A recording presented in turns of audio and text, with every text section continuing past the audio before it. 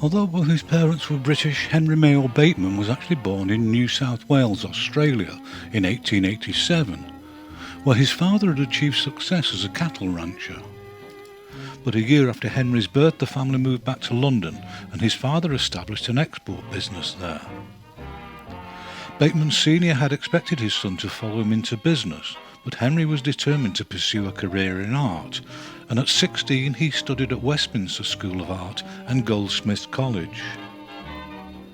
But it didn't take long before it was obvious that his path to success was much more likely to be with cartoon work than fine art, and even in his teens he was having cartoons published in magazines. Unfortunately, in 1908, when he was still only 21 years old, Bateman suffered a serious nervous collapse. But while recovering, he continued to draw, and he returned to commercial work the following year.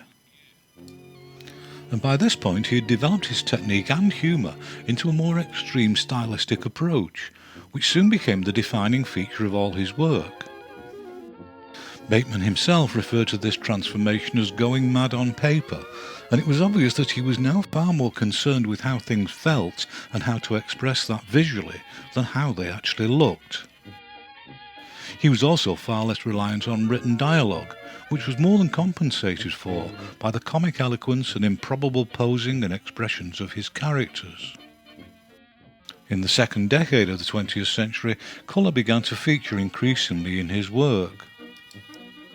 There was no great mystique about his methods, and his line drawings simply had relatively flat and restrained washes of watercolour added.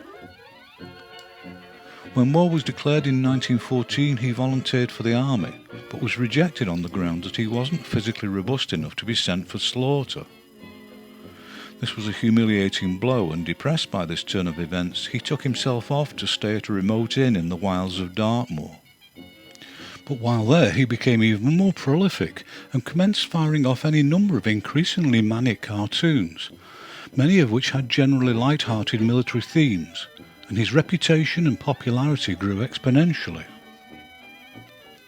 It was during this period that a large volume of his sequential work began to appear in the pages of Punch, and his professional association with this popular humour magazine greatly enhanced his public profile.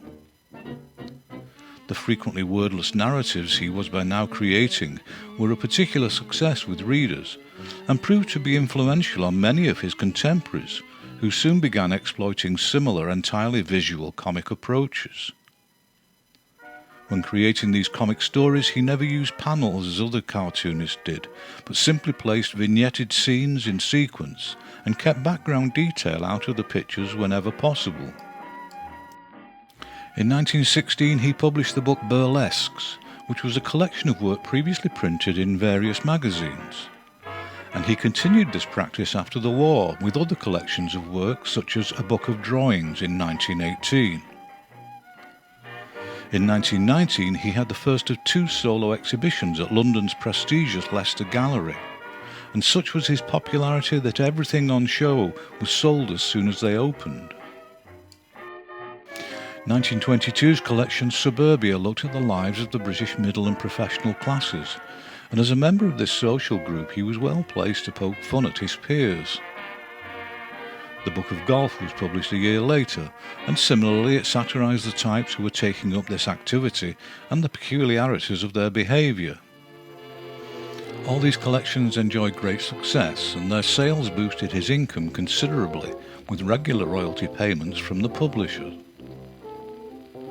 By 1920, Bateman's parents had split up, and in 1922 he had a house complete with a spacious studio built in Reigate, Surrey, for himself, his mother and younger sister. Among Bateman's most visited stereotypes were the perpetually bad-tempered and frequently enraged senior military men who were prone to apoplectic outbursts, and they provided him with ideal subjects for his book Colonels, which was published in 1925.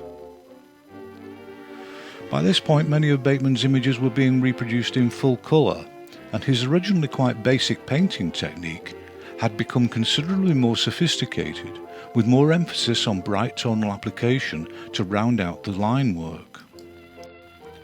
Social humour, and particularly those who transgress against what is considered the done thing, had always been a mainstay of Bateman's humour.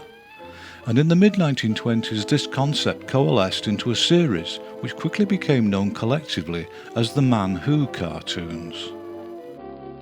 They were invariably complex, large-scale scenes, and many of them were given pride of place as double-page spreads in the Tatler magazine. In these images the offending party would be the unwanted centre of attention, and Bateman delighted in any number of devices to graphically express the levels of horror and suggested animation of the disapproving crowd. But he went even further, and in many of the pictures the physical world itself would become contorted too, such was the supposed level of social transgression. And it was with this series that Bateman achieved the height of his popularity and commercial success. He was by now one of the highest earning cartoonists in Britain, and his illustrations and comic sequences also appeared in other countries, including America and Australia. This popularity inevitably led to many offers of advertising work in the form of posters and press advertising from a growing number of prominent clients, eager to be associated with his humour and highly recognisable style. And his drawings were also used to decorate various ceramic items produced by the Royal Doulton Company. His success also drew increased unwanted attention from the Inland Revenue, with whom he had never enjoyed a particularly cordial relationship. But by now they were taking more than a passing interest in him as a high earner, and following an acrimonious dispute, Bateman was given a punitive fine for tax evasion.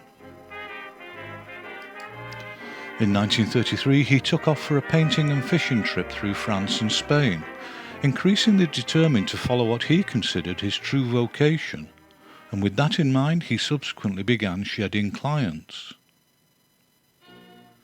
And following 3 decades of success with the magazine, his last cartoon for Punch was published in 1934.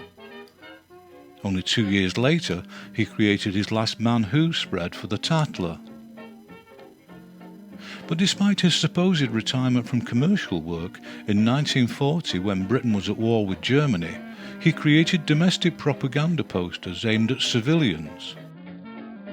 And once more he harnessed his unrivaled talent for depicting the outrage and disapproval generated by those who don't do the right thing. And at the same time he also created a series of posters for public health campaigns, in which he humorously admonished the public not to spread their minor ailments among the rest of the population. Whether this work reminded him of what he'd given up, I don't know, but in 1943 he took on a large and significantly well-paid commission to create a series of mostly press advertising illustrations for Guinness. This may have been a largely financial decision on his part, but if it was, there's no evidence of indifference in the production of the work. And these comically engaging military and golf-themed ads proved to be a successful campaign, which ran until after the war had ended. In 1947, at the age of 60, Bateman left his marital home and he returned to Dartmoor, where he lived the life of a recluse for a few years in a remote cottage.